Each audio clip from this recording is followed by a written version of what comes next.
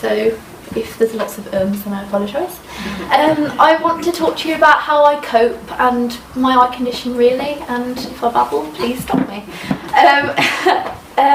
I have a rare condition called incontinenti pigmenti. I don't know if you guys know. It's in about 3% of people. I actually know about 4 people who have it, just because I go to Moorfields Eye Hospital in London. It affects your skin. Well, if you look on the Wikipedia page, it's literally got one line about eyesight at the very end, but it's mainly a skin condition which affects the pigment in the back of in your skin. It also can give you brain damage. It's very serious things, but I am one of the unlucky people who actually have it in their eyes. But if I was a boy, I would have miscarried, and this condition isn't really, I haven't really heard of it in boys, so they would become severely disabled. Anyway, it basically, the rundown of it that affects the eyes is at the back of the eye. The retina is severely underdeveloped in terms of the fact that you don't get enough blood supply to the back of it. Also, your blood vessels are burst and never really develop properly, so it causes your retina to actually pull up from the back, and that's what's happened to me really. I'll take you back really from when I was 7. I didn't really know that I had any sort of eye condition whatsoever. I was a happy little girl going to a routine eye check in 2003, and we suddenly got hit with the fact that, oh, you actually, please go up to the local hospital because you have something severely wrong with your eyesight. And my parents were a bit like, oh, okay. So I was rushed up there in a sort of frantic hurry. I don't really remember it because I was only 7. And I was told that I had this rare condition. My parents sort of knew about it because I presented with a skin condition, and in the female line of my family, so my mum and my grandma, and my grandma's sister, we had sort of heard about it, but it had never really developed in their eyes as far as we knew. So yes, I was in the eye hospital. I had fair enough alright vision for quite a while, until about 2007, where I was in where I lost my right eye. I was having a routine eye check, and I suddenly, because being 7 and because your eyes sort of compensate for each other, having 2 eyes, you sort of do notice the floaters. But at the time I was only 11 and going, Mom, I have floaters, which I usually say because bleeds were common for me. I usually said, oh Mom, I'll get floaters, and they usually go away, but I didn't really see too well that this floater was actually staying, and that because my left eye was compensating for it. So that all happened. I was rushed to Birmingham, where I was currently at, but because my eyesight was so rare, my Birmingham consultant was in liaison with a London consultant at Moorfields Eye Hospital called Professor Moore. So I was sort of in between hospitals at this point, and I was transferred when I lost my eyesight in 2007 in my right eye. And they said they wouldn't operate because it had already detached. It sort of went really, and it was too late for that eye. But I continued going to Moorfields and Birmingham, and they continued to check up on my bleeds.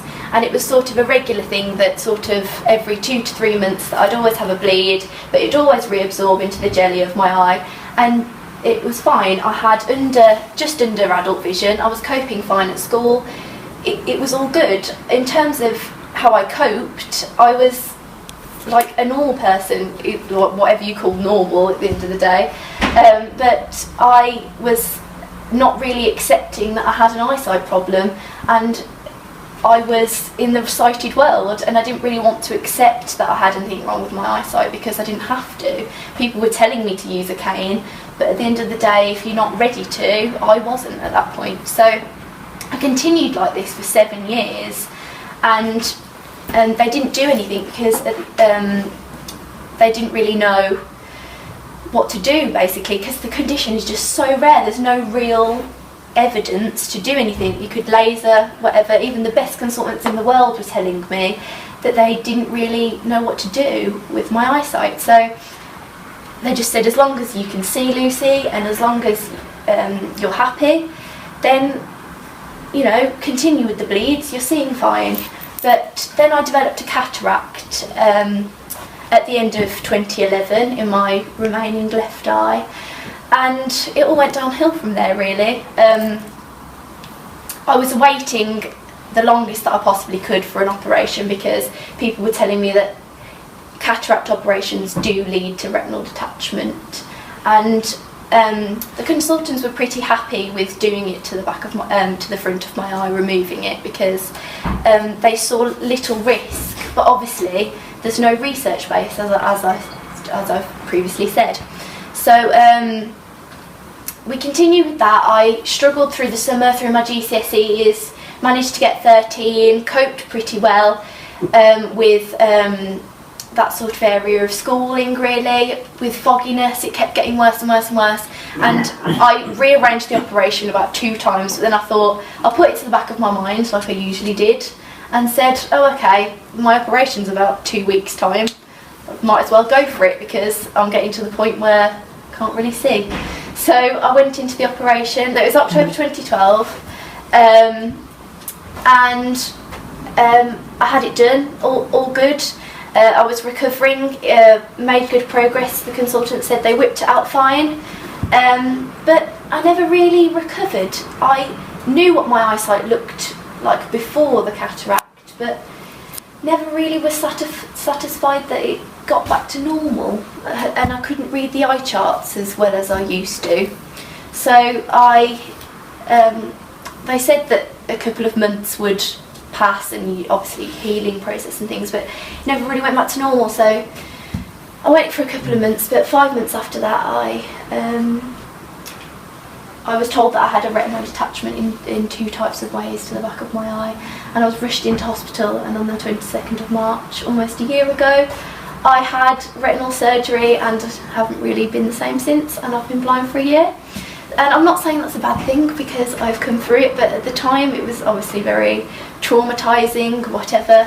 But I just wanted to really discuss with you how I coped, and how I didn't really want to accept that I was blind as a 17-year-old girl going blind. It's not really the most ideal thing to happen, but I kept myself happy and things. But there was downtimes, and I guess that's what I want to say to you, really, that I've had lots of downtimes in my life, but I'm beginning to cope now, having had a year of sight loss. I have 10% vision now. Mr. Eric Ezra at Moorfields Eye Hospital managed to save the last 10%, and I'm still going for routine eye checks, but there's nothing they can do. And I think the main thing about life is accepting who you are and what you are, and you'll never really find true happiness until you do that. I've done a lot of things, and as the previous speaker said, I didn't want to accept that I had a cane. No way. I just wouldn't do it. But I was thrust into sort of using one and walking down the road with a headache, because I was still trying to use this 10% remaining vision. It's silly, really, but I got in touch with guide dogs, and that was one of the most amazing things of my life, because I just zoomed down the corridors. Best thing I've ever done ever, and I love her. I've had her for a month now, so that's great. The training is going well. I also have learnt how to adapt at school. I was on completely, before I lost my eyesight, 18-point text. Didn't want to admit to having enlargements, would sneakily go to the VR unit. Just give me a copy and I'll just sneak out and pretend that I'm using the textbook. I used to put it in textbooks so people would not notice that I had an enlargement. But now I'm getting a computer out in school, getting my brow note out, and I've got a TA, and that for me was a real achievement, because I would have never have done that. I just strive to be normal, and as a 16, 17-year-old girl, obviously you would do, but I've learnt to accept who I am, and so have my friends. That's what I wanted to talk about, the social situation as well, that if people don't accept you, who cares? I find that I have better friends in my life now, because I know that they're genuine and that they actually want to help me or want to support me, or even just be my friend, sit there and have a chat with me, and go to the pub. I go to the pub and I have no idea where I am with loud music. Like, they just guide me around and I dance into everyone, but who cares? Like, I'm just saying, I'll leave you with a few things. I have had a few New Year's resolutions. One is to get more audiobooks, because I've been being frustrated with audio description in the telly not being enough for me, so I thought books would be the way forward and more description, so that's one of my New Year's resolutions.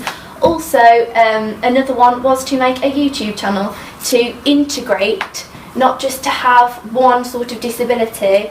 I wanted to know other people with separate disabilities or simultaneous ones, or just integrating with the sighted community, because even though I am blind, it seems weird saying it out loud, but I feel sighted. I want to know about everything around me. I still feel like I love clothes, I love everything. I am who I am. So I wanted to create a place on the internet where I was able to discuss things like this, and everyone was going to come round and just be one, and like I'm doing now, explain how I cope and explain what I do. So if you want to talk to me and chat to me, my YouTube channel is youtube.com/yesterdayswishes. I also have a blog too on WordPress. It's Wishes for Yesterday. So yeah, that's all I have to say really. If you want to chat, then let me know.